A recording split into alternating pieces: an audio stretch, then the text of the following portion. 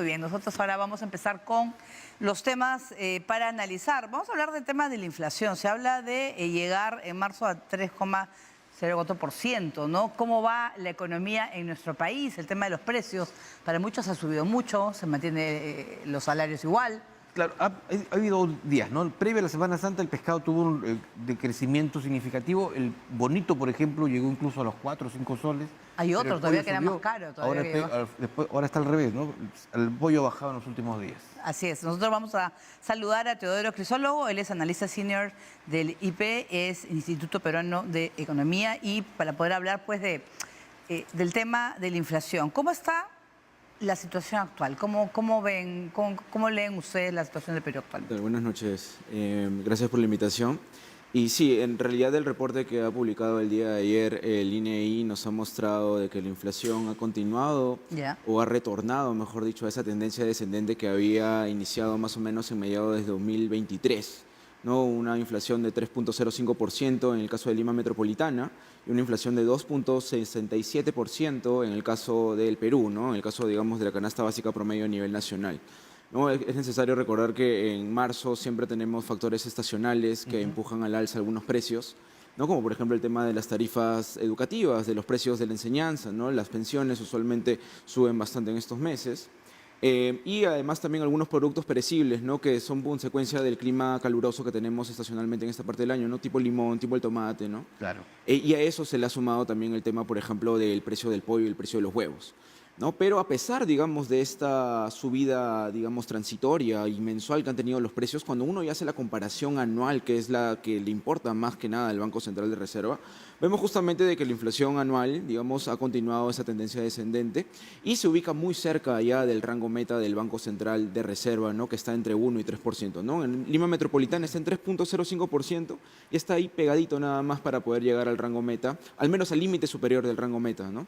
Y eso de alguna manera es una buena noticia en general porque le da cierto respiro a la capacidad adquisitiva de los hogares y también obviamente permite hacer, digamos, o vuelve más predecible el entorno económico de las familias, ¿no? Ahora mañana es la presentación del gabinete y seguramente el tema económico va a ser uno de los aspectos medulares para lograr el voto de confianza. El ministro de la Lista lo primero que ha hecho apenas asumió su función es contraer algunas cosas, ¿no? Sobre todo en evitar gastos excesivos y una política de austeridad. ¿Esto cuánto va a ayudar justamente a cumplir esta meta hacia fin de año? En realidad, el Ejecutivo no tiene mucho margen de maniobra dentro de lo que puede ocurrir con la inflación en el caso de cualquier país en general, ¿no? A menos que introduzcan controles de precios y cosas por el estilo, ¿no? Pero en general esta es una labor más que está recaída sobre el Banco Central de Reserva a través, digamos, de su política monetaria, la cual nos ha permitido claramente ser uno de los pocos países que en este periodo fuerte de inflación que han tenido a nivel global, seamos uno de los pocos que han mantenido esa inflación a un solo dígito, ¿no? De hecho, justo en el 2023 hemos cumplido 27 años continuos de inflación a un solo dígito, lo cual contrasta justamente con lo que ha pasado con Chile, Colombia, ¿no? Argentina nada más. Bueno, Argentina nada más, que digamos, ahí es un caso muy extremo, ¿no? Pero si nos comparamos con los países de América del Sur que tienen metas explícitas de inflación y también que tienen moneda propia, lo hemos hecho muchísimo, bastante bien que el resto de países. ¿Cómo va el precio del dólar? Porque eso, ahí interviene el Banco Central de Reserva, se mantiene, ¿no es cierto? Ha estado en 3,8, 3,7, ¿no? Más o menos hay una estabilidad en cuanto al precio del dólar y llegamos a tener ya cifras prepandémicas, porque ya han pasado ya 4 años de la pandemia. ¿Cómo nos encontramos? Todavía no, todavía no. En realidad, antes de pandemia lo usual era tener, digamos, el tipo de cambio en 3,5, 3,6 soles por dólar. Pero ahora más bien lo que hemos visto en las últimas semanas ha sido un ligero repunte, ¿no? Más o menos hacia los niveles de 3,70, 3,75, digamos, ha oscilado un poquito más o menos en esa meseta, ¿no? Y a lo largo del año hemos tenido, digamos, estos repuntes fuertes que están bastante vinculados en realidad a lo que ocurre afuera, ¿no? A lo que está ocurriendo, sobre todo con la política monetaria del Banco Central de Estados Unidos, ¿no? Con la Reserva Federal de Estados Unidos. Y digamos, van a ser episodios que usualmente van a poder presionar al alza los precios, digamos, de las monedas de mercados emergentes como el Perú. ¿Por qué? Porque en realidad el tema todo tiene que ver en qué momento la Reserva Federal va a comenzar a bajar las tasas de interés, ¿no? Después de, digamos, de todo, uno de los mayores ajustes monetarios que ha realizado la Reserva Federal en las últimas 4 décadas, ¿no? Ahora, el crecimiento de la morosidad por las deudas bancarias que tiene la gente, porque eso sí ha crecido en los últimos meses o años, ¿afecta de alguna manera o no el tema de la inflación en cuanto a tasas de interés? En cuanto a tasas de interés, en realidad, digamos, lo que vemos, por ejemplo, en el caso de las carteras más morosas, que tienen que ver en algunos casos, por ejemplo, con MIPES y también con créditos de consumo, lo que hemos visto es que más bien las tasas de interés se han mantenido relativamente altas, ¿no? Relativamente altas porque son las últimas, en realidad, en bajar en estas etapas del ciclo económico, ¿no? En general, lo que baja más rápido en términos de costo de financiamiento son las que se fondean mucho más a corto plazo, ¿no?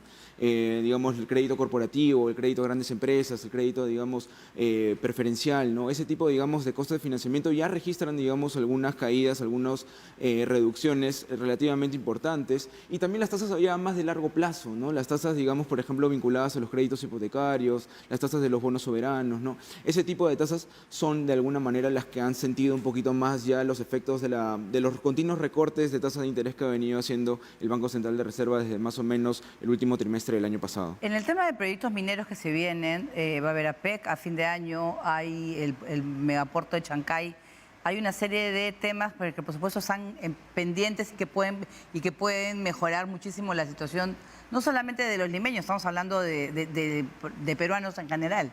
A ver, sí, cuando hay un ciclo en el cual la inversión crece en el Perú, se generan bastantes encadenamientos, ¿no? Digamos, hay una frase que bien tenemos los economistas marcada en la cabeza, ¿no? Sin inversión no hay empleo, sin empleo no hay consumo y sin consumo no hay reducción de la pobreza, ¿no?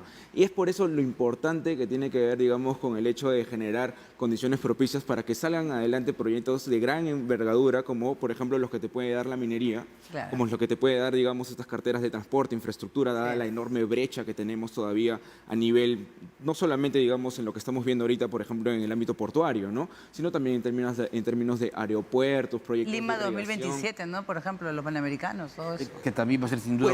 Puede ser significativo, por supuesto, ¿no? Pero digamos de que 300 millones de dólares que de alguna manera se ha previsto invertir en Lima 2027, en realidad, digamos, no es pero tan significativo como, por ejemplo, lo que te podría dar un proyecto de 3.000 millones de dólares vinculados en el sector minero o un proyecto de gran envergadura en la infraestructura, digamos, a nivel nacional, ¿no? Eso de alguna manera podría sumar muchísimo más, ¿no? En el corto plazo. ¿Va a ser gravitante en lo que resta del año, digamos, en la reactivación de los proyectos mineros? Sí, por supuesto. De hecho, este año, en marzo nada más, el Banco Central de Reserva ha elevado su proyección de crecimiento de la inversión minera, ¿no? Antes la tenían alrededor de 3, 4%, ahora ya se encuentra por encima del 7%, ¿no? Hay un movimiento muy importante, por ejemplo, en las operaciones de exploración que está haciendo, por ejemplo, una compañía Safranal, ¿no? El proyecto minero Safranal. Después hay bastante expectativas respecto a este proyecto de reposición Antamina también, que es una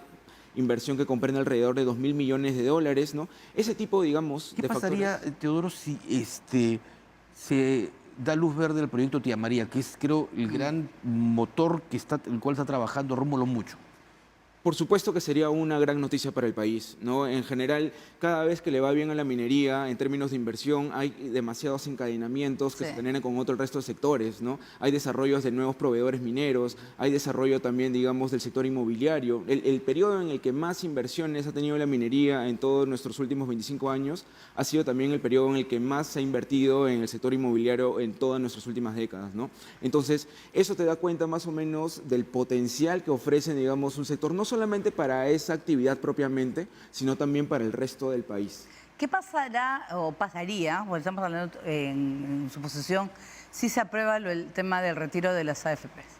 Porque ese también es otro dinero que también mucha gente quiere para, no sé, pues, pagar deudas. O liberación de la CTS, que hay el último proyecto que ha llegado al Congreso. Cualquier, digamos, medida que apunte en general a pensar más en el corto plazo que, digamos, en lo que te puede llegar a pasar dentro de 40 años, puede ser una medida que de alguna manera hipoteca el futuro de las personas, ¿no? Y no solamente afecta a los afiliados que retiran su dinero, sino también afecta a los afiliados que mantienen su dinero en las AFPs, porque en realidad se reduce bastante el tamaño de la cartera y por lo tanto la rentabilidad a Por futuro que supuesto, puede llegar a a tener. todos. Reduce la Claro. Puede llegar a reducir en general, digamos, los rendimientos que a futuro pueden llegar a tener por el tamaño de la cartera en general. Claro. ¿No? Es una medida que, digamos, puede traer un poco de popularidad para quienes la aprueban, pero en general, y también soporte y alivio Claro, financiero pero en al el corto plazo, pues. pero es a costa, digamos, en general de generar contingencias fiscales a futuro, porque, digamos, son personas que pueden llegar a caer en la pobreza cuando se jubilen, pero a la vez también, digamos, no solamente afecta a los afiliados, digamos, que retiran su dinero, sino también al resto de las personas que están dentro del sistema de pensiones, ¿no? Una ley previsional como la que se está preparando en el Congreso, ¿cuánto puede ayudar también a no solo aliviar la situación de los quienes superan los 65 años, sino también a mejorar el motor económico?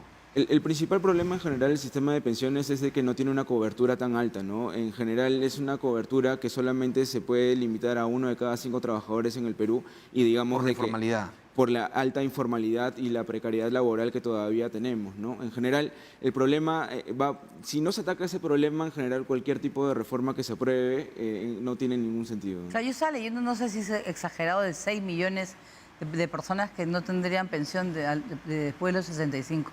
Sí, es ¿No? O sea, Son personas que... o sea, 6 millones, o sea, estamos hablando que la mitad de Lima, ¿o no? O Lima. Claro. Toda la capital, imagínate gente que no tendría ni con qué vivir, porque Son personas que se quedarían sin un sol en sus cuentas individuales de capitalización. De hecho, hay, digamos, cálculos que van entre 6 a 7 millones, Sí. pero lo importante es que para muchos de ellos les va a quedar muy poco tiempo para poder recapitalizar sus cuentas. Por supuesto, Entonces, claro. ¿cuánto va a ser la pensión que van a poder llegar a tener cuando se jubilen? Claro, porque si alguien de 50 años retira ahorita toda su plata, es decir, de 50 a 15 años no vas a poder recuperar. No. Hay cálculos, por ejemplo, del Banco Central de Reserva que te muestran de que apenas esa pensión que podría tener una persona de 50 años que ya retiró todo su fondo y que le quedan apenas 10, 15 años para poder aportar, van a ser apenas entre 8 a 10% del salario que percibían cuando estaban trabajando.